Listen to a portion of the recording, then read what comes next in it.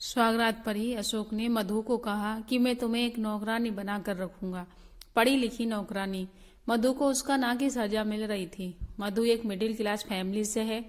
मधु घर में सबसे बड़ी है और वो 3 भाई बहन है। भाई सबसे छोटा है।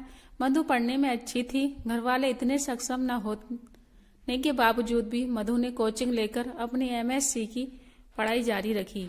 सभी रिश्तेदारों ने मधु और घर वालों को टोका था कि ज्यादा पढ़ी लिखी लड़की हो तो भी हमारी कास्ट में शादी में प्रॉब्लम होती है, इसलिए लड़की को ज्यादा पढ़ाओ मत। हम मिडिल क्लास फैमिली से ऐसे ही होता है, सब कुछ शादी के लिए ही होता है। हर लड़की की तरह मधु ने भी यही ख्वाहिश है कि उसे एक ऐसा पति मिले जो उसे समझे। समाज और रिश्तेदारों की वजह से अब मधु के घर वाले भी उसकी शादी की जल्दी करने लगे। शादी के लिए कई रिश्ते भी आए, लेकिन शादी के लिए जब कुंडली मिलाई गई तभी घर वालों को पता चला कि मधु की कुंडली में कुछ दोष है, जिसके कारण कहीं भी बात नहीं बन पा रही थी। बस इस बात से रिश्तेदारों को और बातें बनाने का मौका मिल गया। कई रिश्ते केवल इसी वजह से नहीं हो पाए, लेकिन कुछ ही समय के बाद मयू की कुंडली मिली अशोक से। अशोक कुछ ज्यादा पढ़ा लिखा नहीं था। अशोक की एक कपड़े की दुकान थी जिसने उनका गुजारा चल जाता था। जिस तरह का लड़का मधु अपने लिए चाहती थी, अशोक वैसा तो नहीं था, लेकिन अशोक और मधु की कुंडली मिल गई थी। मधु के पिता ने जब मधु को अशोक की तस्वीर दिखाई तो मधु को लड़का देखने में अच्छा ही लग रहा था, लेकिन मधु का मन नहीं मान रहा था। इसलिए पिता ने जब पूछा कि क्या बात करें तो मधु ने कहा कि मुझे नहीं करना। मम्मी ने कहा, क्यों, क्या हुआ, तेरा दिमाग सही है क्या? इतना अच्छा लड़का है, ऐसे नखरे करेगी तो हमेशा यहीं बैठी रहेगी। एक तो कुंडली किसी से नहीं मिली, और जब वो शादी के लिए तैयार है, सब कुछ अच्छा है, तो तुम नाटक आ रहे हैं। क्या खराबी है उस लड़के में?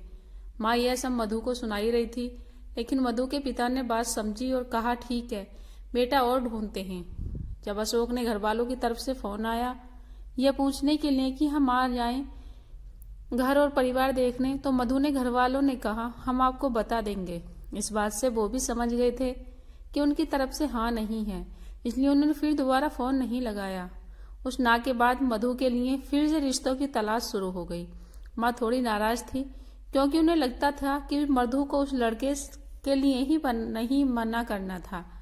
करीब 6 महीने तक खोजने के बाद भी मधु के लिए कोई भी रिश्ता नहीं मिला। अब पिता के चेहरे पर भी परेशानी थोड़ी ज्यादा दिखने लगी थी, और यह बात मधु को साफ दिखाई दे रही थी।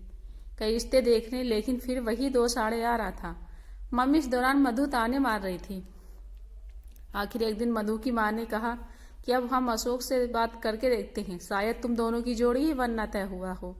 अगर तू हाँ कहे तो। मम्मी के ताने और पापा की परेशानी को देखते हुए मधु ने इस बार हाँ कह दिया। माँ के कहने पर पिता ने अशोक के पिता को फोन किया। पता चला वो भी अभी तक तलाश में ही थे। कुछ बातें हुई, थोड़ा बहाना बनाए गए इतने दिनों तक बात न करने के लिए, और संडे को मिलना तय हुआ मधु के घर पर। अशोक अपनी फैमिली के साथ आया। दोनों परिवार की मजबूरी समझो या नसीब, आखिरकार दोनों की शादी पक्की हो गई। मधु ने भी सोचा, क्या पता शायद वो ही उनके बारे में गलत सोचती होगी, वो मुझे समझेंगे और जो भी चाहती हो वो करने दे। दोनों परिवार वालों को जल्दी, इसलिए शादी जल्दी में ही हो गई। लेकिन मधु ने एक बात नोटिस की, अशोक ने उससे अभी तक कुछ बात भी नहीं की।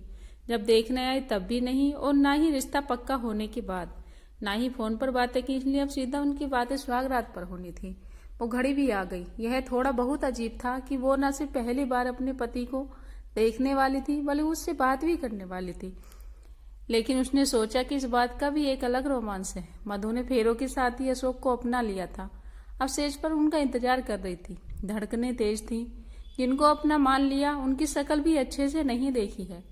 फिर अशोक कमरे में आया, दरवाजा बंद किया और बिस्तर पर आकर पास बैठ गया। और सबसे पहली बात जो अशोक ने पूछी वो थी, मुझे पता चला कि तुम मुझसे शादी नहीं करना चाहती थी क्योंकि मैं पढ़ा लिखा नहीं हूँ। उसकी आवाज में थोड़ा गुस्सा था। फिर वो बोला, देख अब तुझे यह न पढ़ के पास ही आना पड़ा ना। मधु को यकीन नहीं हुआ कि वो उनके मुंह से पहली बातें यह सुनेगी। उसने बोला, किसने बोला आपको? ऐसा कुछ नहीं है, ऐसा कुछ होता तो मैं शादी ही नहीं करती। अशोक और गुस्सा हो गया। अरे चुप कर, वो तेरी शादी हो नहीं रही थी इसलिए तो मेरे पास आई है। तुझे पता है मैंने क्यों की? तुझे सबक सिखाने के लिए। अब देखना तुझे कैसे मैं एक नौकरानी बनाकर इस घर में रखूंगा, एक पढ़ी लिखी नौकरानी। और सुहागरात तो दूर की बात, मैं तुझे छूऊंगा भी नहीं। किसी भी लड़की के लिए पहली रात अपने पति से सुनना बहुत ज्यादा परेशान करने वाली बात होगी, और मधु को इस बात ने बहुत परेशान किया। 1 मिनट में उसे लगा कि क्या उसे कोई गलती कर दी शादी करके। उसकी आंखों से आंसू झड़ने लगे। सारी रात उसने सोने बिना निकाल दी। अगले दिन वो घर में काम में लग गई। सास ससुर का स्वभाव अच्छा ही था। काम करते करते उसके दिमाग में उनकी कई बातें ही चल रही थी। रात फिर अशोक कमरे में आया। मधु कुछ काम कर रही थी। अशोक फोन पर अपने दोस्त से बात कर रहा था। कह रहा था कि मैं इसका घमंड ठिकाने पर लगा दूंगा, और भी न जाने क्या क्या। मधु के तो शादी और पिता के अरमान पर, पति के अरमान पर जैसे पानी फिर गया। मधु का जी तो चाह रहा कि अभी घर चली जाए, लेकिन पुरुष से अपने घर वालों की परेशानी का ख्याल आया। फिर कुछ देर चुप रहने के बाद उसने सोचा, वो जो चाहे उसे करने देती है, लेकिन मैं अपना काम करती हूँ। तब से वो सिर्फ अपना काम करने लगी, क्योंकि उसके पास कुछ और चारा भी नहीं था। कहीं नहीं कहीं वो यह समझ गई थी कि अशोक उसे दुखी करना चाहता है। अगर वो उसका उल्टा करेगी तो ऐसा दिखाएगी कि उनकी इन बातों से उसके कुछ फर्क नहीं पड़ रहा, तो शायद अशोक का यह खेल बंद हो जाए। आखिर पढ़ा लिखा होने की कुछ तो फर्क पड़ता है। मधु ने जीवन की इसी सबसे बड़ी चुनौती को स्वीकार किया। उसने घुटने नहीं टेके। उसने सोचा कि रोना नहीं है, बातों को ठीक करना है। जब तक उसके हाथ में है उसने यही किया। वो बेवजह खुश रहने लगी। अपने सास ससुर को अच्छे से बना के खिलाने के साथ उनके साथ मंदिर मार्केट जाने लगी। चेहरे पर कोई परेशानी नहीं। अशोक यह सब देख रहा था। वो भी अपनी कोशिश में लगा था। करीब 20 दिन बाद ही उसके चेहरे का रंग उड़ने लगा। उसे लगा कि मधु को तो कुछ फर्क नहीं पड़ रहा है, तो वो इसी बात से दुखी होने लगा। इस दौरान उसके दोस्तों से बात शेयर करना जारी था। मधु का यह प्लान काम किया। अशोक के सब्र का बांध टूट गया। और फिर एक रात मधु कमरे में गई। अशोक ने दरवाजा बंद किया और जबरदस्ती उसे पकड़कर बिस्तर की ओर ले जाने लगा। लेकिन इस बार उसे मधु का वो रूप दिखाई दिया जो उसने सोचा भी नहीं था। मधु ने अपना हाथ जोर से झटका मार के छुड़ाया। कहा कि क्या कर रही हो आप? अशोक जैसे घबरा गया।